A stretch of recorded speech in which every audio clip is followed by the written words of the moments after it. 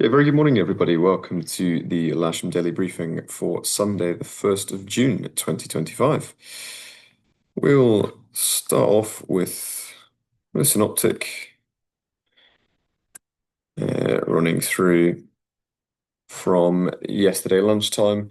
Got a reasonable day in the end, quite tricky in places, but we certainly made it work, which is good. Decent amount of club flying alongside that of the comp as well. Just choose a little bit of IT. There we go. So midnight last night we had that weak cold front passing over, another one following close behind it. So we've had those both go through overnight. Midday today, you can see that the trailing cold front has cleared off to now the north of France, and we've got this occlusion following it up behind. Now that's moving reasonably quickly with the low centered up towards the Faroe Islands. And we're expecting that to pass at some point, probably early evening, because by midnight that is clear and beginning to weaken. It does almost stall over the south of England here, so we might have a little bit more sort of cloud and showery activity later on this evening. Looking into tomorrow, though, we've got quite nice air, not particularly windy, and should be quite unstable after that, which is fairly typical, being the end of the comp. Looking at the sat pick, you can see not a huge amount to talk about there. It's reasonably clear to begin with. A small amount of upper cloud working its way away, and hopefully we'll have a nice clear air within the next sort of hour or so. It's already breaking up outside the window. A little bit of shower activity. I'll just zoom out so we can have a look at a bit more of the country there. There's a few sort of showers forming over Wales at the moment, nothing that's close to us as of yet. It shouldn't be much of an issue. We might see one or two later on. And if we just have a look at the Met Office prediction, we'll run that through. You can see those showers continually building quite a lot in North Wales as well as to the south. But everything more or less fizzling out before it gets to us. First sign of any showers in our area around 2:30. That's local time.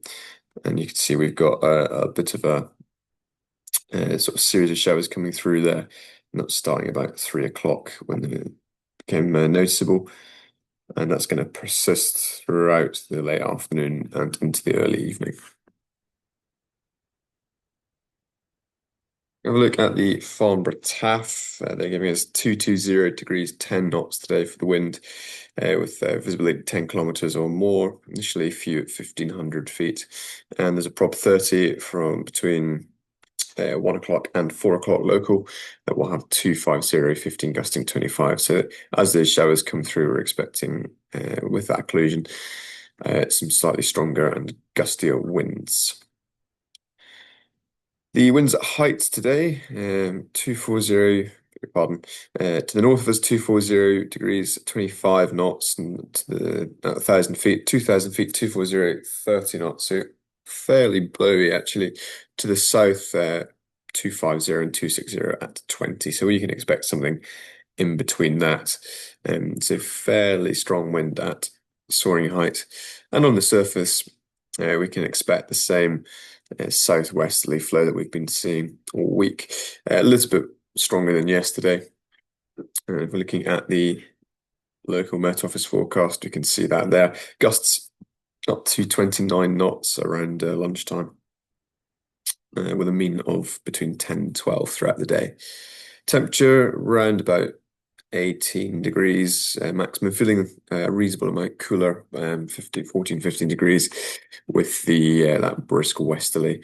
Still fairly high UV rating though, so do bear that in mind. GFS giving us a temperature sort of 17, 18 knots, much in agreement, and the dew point of around 7. And we'll just refresh the weather station. We're up to 12.7 degrees and with a dew point of 9.1. Having a look at SkySight now, the left-hand side of the screen here, the potential flight distance, uh, not fantastic in the usable area. It all looks good towards the airspace, but hopefully we'll get something out of today. And the point forecast here, looking not too bad actually. Reasonable thermal strength, an early start with climbs up to 4,500 feet, 4.5 knots, with a reasonable amount of sun to begin with, potentially clouding over and shutting off quite early, around about 3 o'clock by the looks of it. So it might be a case of an early start and short task and get people away.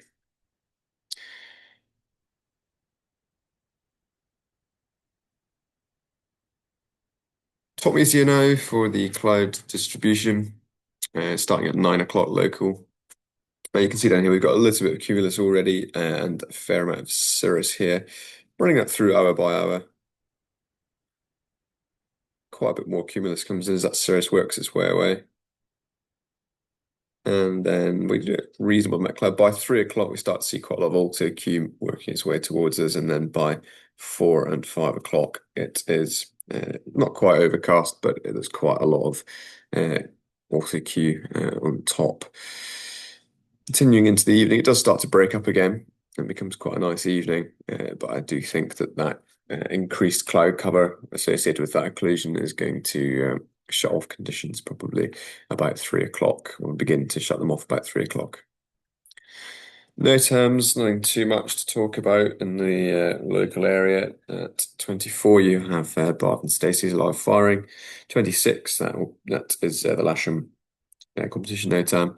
And at 25, that will be Thursley flare firing. That's not until later this evening. 27, that's the Imber danger area, EDG 123. That's active from 10:30 to 14:30 Zulu, so 11:30 to 15:30 local. And down at number 8 there's an air display at Cows from 12:30 to 1300 Zulu, so 1:30 till 2 o'clock local, and that's from 200 feet to 4,500 feet. We'll move to the airfield briefing now, starting with the Odium cross section. Excuse me. Beginning with few Q in the morning, they're not showing as much cloud as we can see outside. Quite a low, reasonably low freezing layer of about 7,000 feet. It's been a little bit higher in previous days. But with reasonable thermal strengths, 5 knots, but they're also recognizing that it's shutting off into the early afternoon as we get quite a lot more cloud. Warning for turbulence associated with that strong wind on the surface, but some reasonable Q and strata Q throughout the day. Their surface winds, they're giving us generally southwesterly, peaking at about 12 knots, gusting towards 26. And there's reasonable visibility up to 40 kilometers. They do have a strong wind hazard in there and a max temperature of 20 degrees. Glider bookings, we have a K21 for booked instructional flying. There's a K21 on the casual list and for club members, and we have a K13 operating trial lessons today.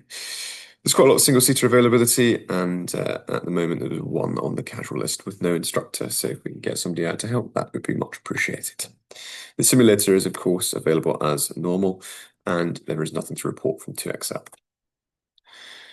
So in summary, it's a brighter morning with an occluded front approaching. It's a reasonable soaring day with cumulus. We're expecting it to shut off early. Being first Sunday of the month, we normally have the vintage flying day. They've postponed that until next Sunday because of the comp. It'll be runway 27 today. Club gliders will be winching from the pan, and the comp grid is on 27 hard. Please make sure that we're keeping it nice and efficient and that you're ready when the cable or the tug arrives. As always, do not land or taxi across the disused runways shown here in red. And here's our airfield setup with the winch the launch point, I beg your pardon, set up outside the GHC on the pan with the winch down in the direction of 2XL. Grid on the hard runway, and any club aero towing will be done from north of the grid, north side grass along the Perry track. The finishers will be using the north side today, so with the club launch point down here in the pan, we've got to make sure that we're landing to the south of this yellow line that's very visibly mown into the grass if we're on a left-hand circuit. If anyone has any questions about this system, we've been using it all week, do come and ask myself or another instructor. And there's a diagram annotated in the launch point vehicle. So we'll be winching and aerotowing, as we've just discussed. There'll be circuits to south side grass for winch chops wherever possible. And the comp launching is likely, probably from earlier today, maybe 11 o'clock onwards. Hopefully get them away nice and early.